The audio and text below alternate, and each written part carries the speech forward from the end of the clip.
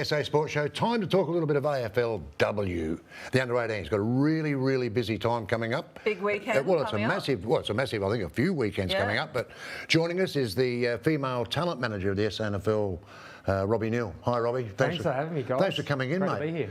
You've got a busy period coming up with the girls, and it's really interesting because these girls now, the AFL under-18s, AFLW under-18s, are actually coming out of the SANFL program, out of the SANFL leagues, if you like, to play state games. This is what I like. That's right. It's very important. Much like the boys, they've come from their community clubs, and the nomination process happens with the SANFL zones. The best kids are nominated by their community clubs to their SANFL club. They've played in underage tournaments, and then they've just graduated through. And pretty much all of our SANFL state under-18 squad play SANFL footy, league football. Yeah. So they've come through the age groups, and the community clubs and the SANFL clubs have done a wonderful job in harbouring that talent to get to the stage where we can pick a really strong team to perform nationally. Yeah. Okay. And tell us a little bit about that team you've got. Booting up this week and ready to take on start their campaign, really. What's most exciting prospects you've got within the team? We've got some wonderful prospects, and with Port Adelaide coming into the competition, as everyone knows, that we're obviously looking to build their list as well as Adelaide. We've got a number of terrific players. Hannah Ewings is one from North Adelaide. She's been a wonderful player for them. She started out as an under-16 playing in their league team, so she's in her third year of league footy. Sarah Goodwin from Glenelg has been fantastic. Sashi Syme from Norwood as well, and Emily Borg has been fantastic defender at North Adelaide. So we've got some wonderful players who are top ages who are looking to hopefully get onto AFLW lists at the end of this campaign. And we've got some wonderful talent, both under 17, and we've got a whole host of under 16 players where we can only play 3 in any one game. Yep. So we've got a restriction on that, and that applies to all the states. So we'll be looking, we've got about 7 of them on our list of 29. We've lost one player through injury, long-term injury, Rosie Boone from Norwood. But we will be rotating them through those games to see them. They've got another program a bit later in May and June with the under-16s internally. We're looking to take on WA this Sunday and hopefully come away with the Chockies, which would be good. That's pretty exciting stuff, really. When you're talking about the under-16s, you can only play 3 of them, but you've got a host of them in the squad.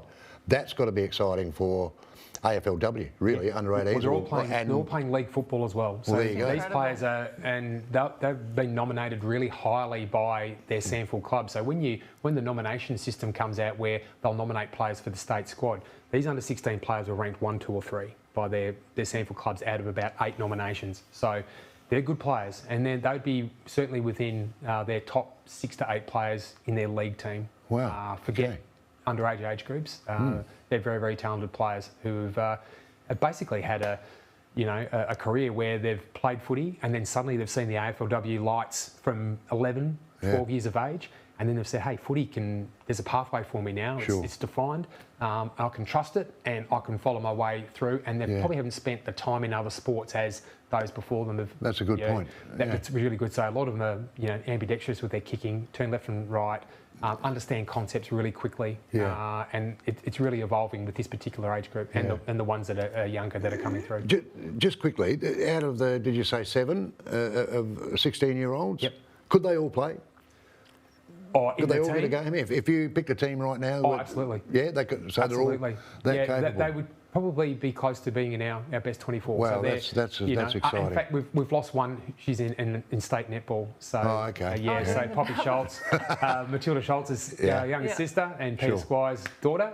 She's a talented player, so she's in the state under 17s netball. So that unfortunately it's cross paths, and given she's under 16 still, so we said, Poppy, look, you need to. She's playing wonderful footy with. She's in Glenelg's league team in SANFL. So we've got another couple of years of Poppy anyway. So we're looking forward to having her and her sister working together next year. And within your team, what would you say the biggest, improvement amongst your player group that you have you seen within their preparation leading up to this campaign that they're about to start? Well, we've been fortunate in that we've been able to watch a whole heap of footy before we get to this stage. So the girls are really match fit. So they've played 8 rounds of SANFL or Development League footy. And probably with me is that, look, a lot of them are in the best players each week. So you look through, the midfielders are playing really well. They're obviously getting really good coaching from their coaches, watching vision, and then each week applying what they learn into their next game.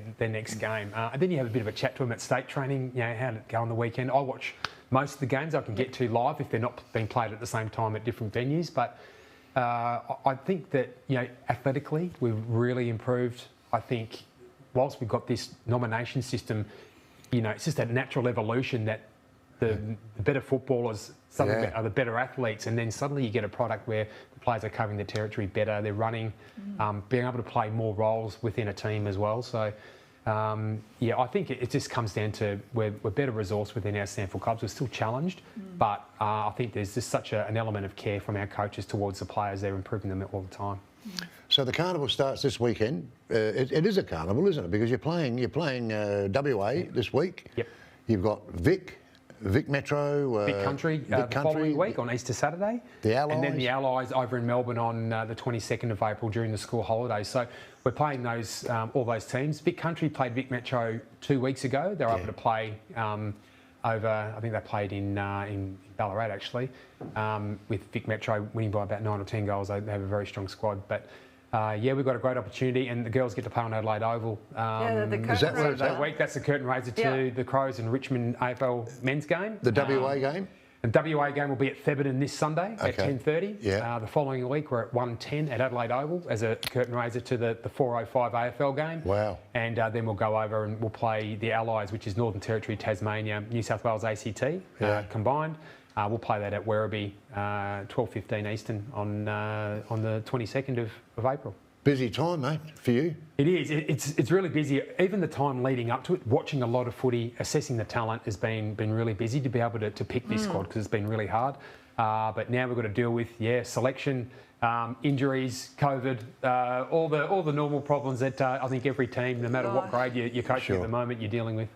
Has it affected it at all in the SANFL? Has any team been really hit bad? Yes, we've had a number of teams who've copped it in different rounds, so it's been really hard. And then you've noticed someone might have had a party or a get together, and suddenly all the teammates get together, and then suddenly they're close contacts, and then they've got to. So and it's just a repercussion. Would still be at school, and as there's well, a lot of school, especially exactly. your girls, under. So because you've got everyone working, going to school, studying, and all the rest of it, they're exposed to bringing that to a collective group like a club, all from different walks of life. So. It's been really hard to manage, but sometimes your fate's in the lap of the gods. Yeah. Mate, thanks for joining us today. It's Thebby this Sunday. Thebby this Sunday, 10:30. Against WA. Against WA. It's a big start for you, isn't it? It's a wonderful start. It's great for WA to be able to come. We were actually due to go over there, but because of border restrictions and all the rest of it, we had to be moved here. Get a home grounder. And so I don't mind staying at home. It's all good. And Thebby Oval's in beautiful nick, so we're looking for a fantastic game against the Sandgrapers. Thanks for joining us, mate. Really appreciate it. Good luck on the weekend. If you're not doing anything, pop down to Thebby, 10:30 next Sunday, or this Sunday coming. This Sunday, the 10th. It's SA versus WA in the AFLW Under-18s. Our special guest was Robbie Neill from the SANFL. Back with more in just a moment.